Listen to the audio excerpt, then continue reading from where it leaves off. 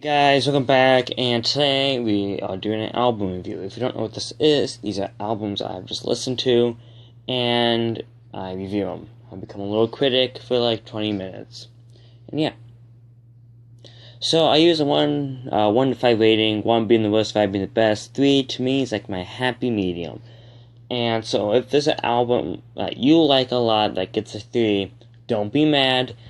To me, that means it was okay. So today, as you can see, we have Seether.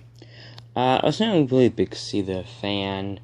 So I also gotta say these CDs and vinyls, which I'm gonna talk about, come from my personal collection and my dad's collection of CDs. And yeah. So yes, this is Seether. I'm not really a big Seether guy, and like I don't think I can even I can't really name a Seether song, to be honest with you. So this is called Disclaimer 2, I guess. I guess this was really big back then. It came out in 2005.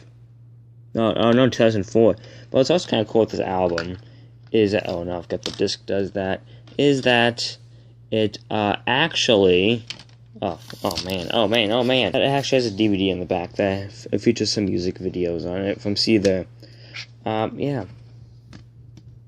Oh yeah, so if you hear that banging, don't be like, the song's breaking into your house. No, we have a painter guy who does basically the old-fashioned way. He does everything by hand. No, like, hired crew that does, like, in 3 days. He's gonna do it in 3 weeks. Pretty good guy. Pretty nice. He's taking down shutters right now. So, it's not a big Seether fan. I thought the album was okay, so I'll just give it like a 1. I'm sorry. Seether fans. Next, we got some Shindown. So I don't mind Shindown. I like them. I find them okay. I can listen to them. But actually, I think they're really good, actually. They're one of the few rock bands that are left, and one of the few modern bands I listen to. And actually, Shindown did drop a new single recently, as of July 16th, 2020. They dropped a new single recently.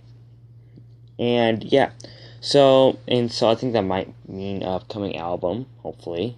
I like them, I think they're good. So here, I don't really know Shindown that much to tell like what was the big song. So this, I've got named the album, is called Leave a Whisper. This came out also in 2004. And so I didn't even recognize any except the Simple Man Plus, which is a acoustic version of Lynyrd Skynyrd's Simple Man, which is a great song, by the way, if you have not heard it. And so yeah, I thought it was an okay album, and yeah, I'll probably give it a 2. So this would be like a Shindown episode. So today we have Shindown, Us and Them. This came out the following year in 2005. Don't know of any big songs out for here, because to me a lot of Shindown sounds the same to me, and plus this was also a time, this is also a time that rock and roll isn't very popular anymore. I personally think rock is dead, but some people refuse to say no. But yeah, I watched a whole documentary on it, so this is on YouTube. It's a really good documentary. If I remember, put it down in the description below. That's if I remember to do it. Most likely I will forget. But if I do forget, say in the comments below that I forgot, and then I'll quickly put it in. And so it's like a nice hour and a half documentary, and he talks to like Bruce Kulick of Kiss, Greta Van Fleet, which is a good band, which we might get to them sometime. Hint, hint, nudge, nudge. We might get to them sometime in upcoming future episodes. And talks to some people from the Scorpions and stuff. So yeah, it's a really good documentary. And yeah. And speaking of watching rock and roll documentaries, watch my 5-part series on the history of rock and roll, which is going to come out sometime on this time this video posts. It's really good. Watch it. Okay, so I don't really know of any big songs off of here, and I'll give this one a 2. So next, we have more Shindown. This is Sound of Madness. Now, I did recognize some. I recognize the first one, Devour. And I'm trying to see if I recognize any of these other ones. I probably need to listen to it again, then I'll be like, oh yeah. So this came out in 2008. And yes, I probably need to listen to them again if I will remember. But I've always kind of liked this disc. I don't know why. I always thought it was kind of cool. You know, look, it has the Atlantic logo on it. And yeah. So I'll probably give this one, because if I remember correctly, I enjoyed listening to this one a lot. So I'm going to give it a probably 3 or 4. More Shindown. This one they have, what the heck is that? Am on Lucy's? I don't even going to try to say that. Here's the inside, by the way. I don't even going to try to say that. Oh, no, it's not shutting because the thing. Just put that right there. There we go. So, this came out in 2012. And, once again, I don't really know of any big songs off of here. It's been like a week or 2 since I've listened to it, and it's kind of gone away from memory. But if I remember, I did recognize a lot of songs off of here too, so that's kind of a good thing, I guess. So, if I remember correctly, I enjoyed this a lot, so I will give it a 4-star review. Next, we got more Shindown. This is Shindown Threat to Survival. Now, it's my dad's favorite cover of all time. In quotations. He's very deadly. He hates snakes. But I don't know why. He doesn't seem to be that afraid of snakes. But yet, he just kind of freaks out whenever they're around. So I've always liked, you know, when I was like little and we had, you know, like reading class. We always, every year we had to read a book on snakes. And I remember one year, one of the assignments was you need to go home and read the book with your family. And I had Dad read it to me. He liked his favorite part was the picture when they showed the snake having a whole, like rat in its mouth. And it's like, yeah, I thought it was cool. So, this time, I did recognize a couple. Asking for It. Was pretty good. This came out 2015. I recognize Asking for It. I also recognize Oblivion. That sound, and then maybe Misfits sounded familiar. So yeah. So I'll give this one a 5-star review. I liked it a lot.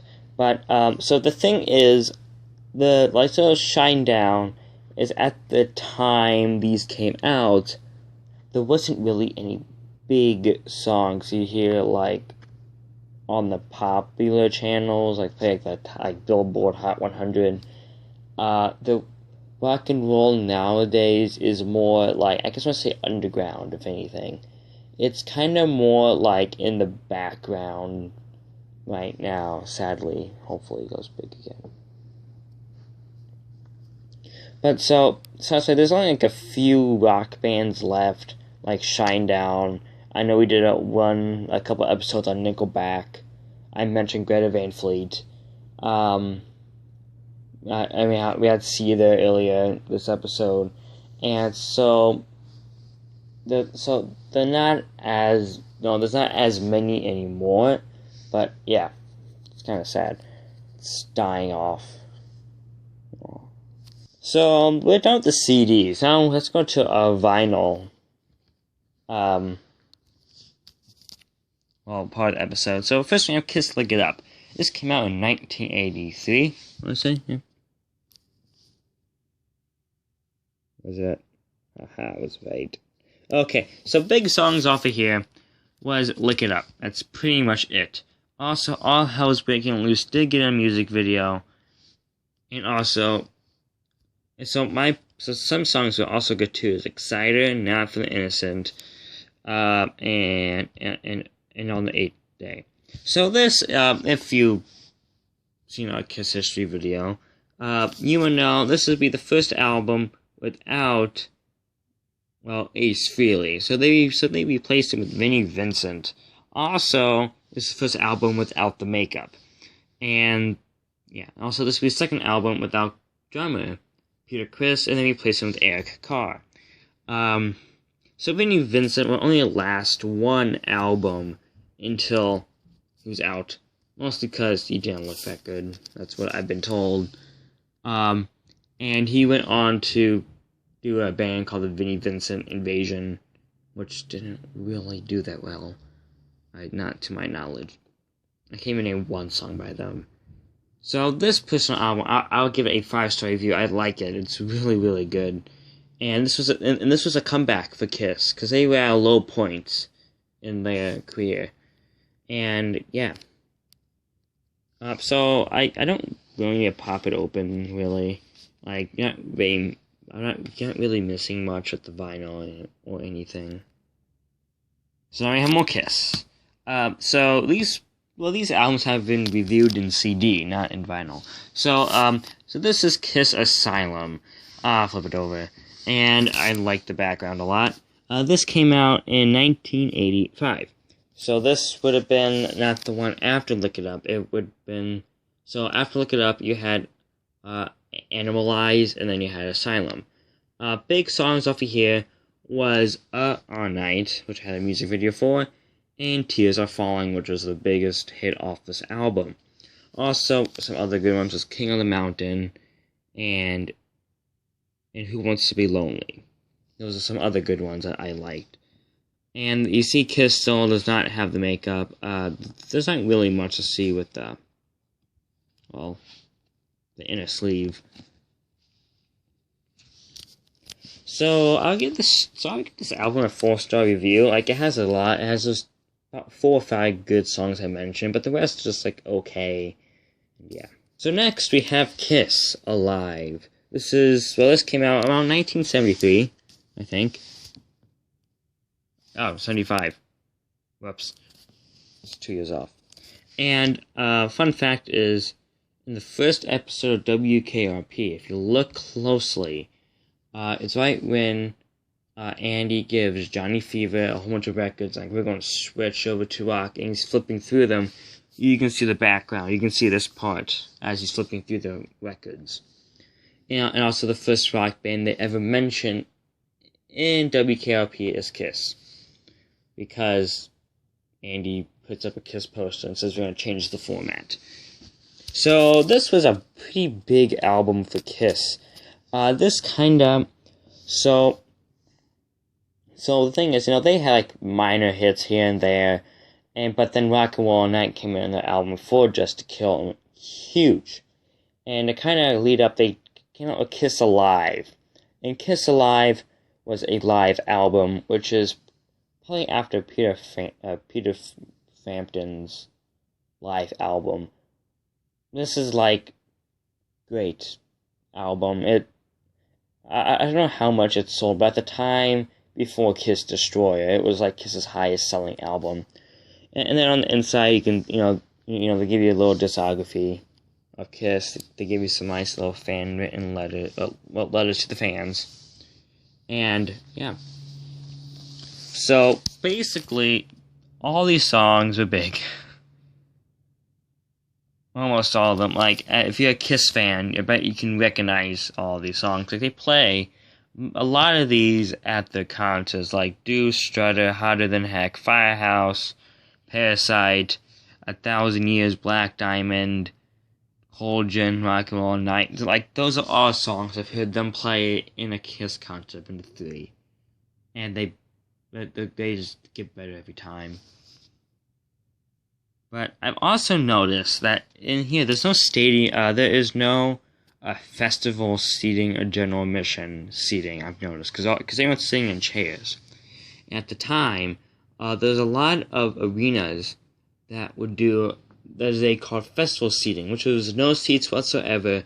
And if you watch a lot of, like, the 80s, like, hair metal music videos, like Kiss videos, if they're performing on a stage, and so people like ride to the stage, that is festival seating. And people got killed, seriously injured, fainted, and like basically the whole concert they would be blowing people fainted into the back, like foul surfing to the back, to the front of the stage, where security would take them out, kind of thing. No wonder why it's kind of illegal nowadays. So this was a big album for Kiss, and it was really good. So you can see this right here. You can tell this is actually from it laying like this, and records being stacked on top. So that's why you always want to stack your records like standing up like this.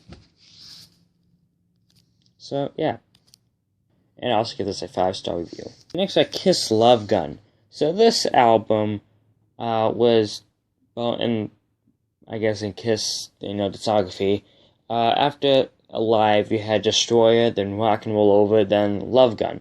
Love Gun is one of the best albums. It was probably, it's in the top 4 best, I want to say, because I'm assuming Destroyer is number 1, and Rock and Roll Over, Love Gun, and then Dynasty. That's probably the top 4 best albums. So this had, well, a couple big songs off of it. This came out in 1977. You have Love Gun, of course. And then you had, that's probably the biggest one was Love Gun. You had Christine 16 was a big one. Shock Me was a good one. And I Stole Your Love. Those were probably the big ones. This is actually the first Kiss vinyl I bought. And if I can, I'll be right back. So that's Kiss Written in Blood, which is kind of cool. Yeah, I'll only show the inner sleeve if it's kind of worth it. See, like there's anything cool, like those other ones, I had some cool, but this is like, ooh, Kiss of Blood, ooh, stuff like that. So yeah, so this album, I'll definitely get a 5-star review. It's really great. Like the cover. It's one of my favorite album covers of all time. And yeah. Next, so here's our last album of the day, and it is, to my knowledge, this is an original Led Zeppelin. It's also one of my favorite album covers of all time, because as a historian, I think this is the Hindenburg Crash, so I've always liked this cover a lot. And so I got this at an antique store, and of course antique stores don't care about the album. They stick a price tag up there and just totally ruin it. So you just get Zeppelin, the lead is just completely gone. So to my knowledge, this is an original because it says 1969 right there. And so I don't know if this is an original or not, or just like a later reissue, like in the 70s, So here's the band. Big songs over here is Good Times, Bad Times, Babe, I'm Gonna Leave You, Dazed and Confused, and Communication Breakdown. So that's about like 4 good ones. But the whole album is really good. Really good album. It was great. I won't pop it open because it's just like one of these like regular sleeves you see. Plus you can see it's damaged. So yeah, I bought this in an old antique store called the Imaginarium in downtown Omaha. And I got it for a reasonable like $13, which is pretty good for an original, but it's in pretty bad shape. So this is actually the second one I've seen. The other one I saw, it was at another place actually owned by the same guy who owns the place I bought this from. They had that place. They had 2. It's a really good vinyl selection, actually. It's really good. I got a whole bunch there. I got a couple of Van Halen and a lot of Elvis, which you have seen, like the couple episodes about. I made last episode, the episode before, I had the 50 million Elvis fans can't be wrong. That's where I got that. I got Elvis's back there too. And so they had these 2 big, like things, kind of, that you see like at a record store nowadays. Have like these little stands, and like really huge amount of wood, and they're kind of right next to each other. And just in the middle, I don't know how it got there. In the middle, there's this album was stuck in the middle. I couldn't get it out, and I'm like, you gotta be kidding me. That's just dumb. So then I'm like, so then later that day, I went to the other place, the Imaginarium, and I was looking at their vinyl, and I saw this. I'm like, ooh, yay. So yeah, so this album is a great album. If you see on like it's like I have this on CD. I got it relatively cheap for like $10, like $3 less than what I bought the vinyl for. Jeez. So it's a great album. It's really good. I like it a lot, and I give this 5-star review, straight, hands down, 5-star review. Great album. So if you like this video, please leave a like and subscribe. If you have any comments, complaints, questions, and 2 questions being asked, good job, great vid, put it in the comments below. I respond to everyone, because I literally don't get comments that much. It's sad. So also, I said I did a, because I filmed this like 6 months at a time. Around this time, as this video goes up, I should be posting my rock and roll history videos, 5-part series.